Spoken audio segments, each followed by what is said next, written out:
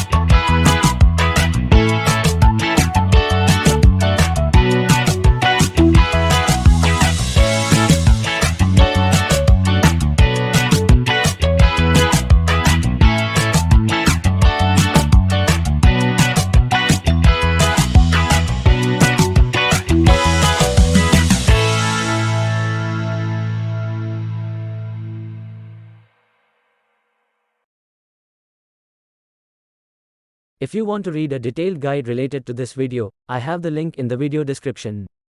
Please subscribe to our YouTube channel and visit my website tutsmake.com.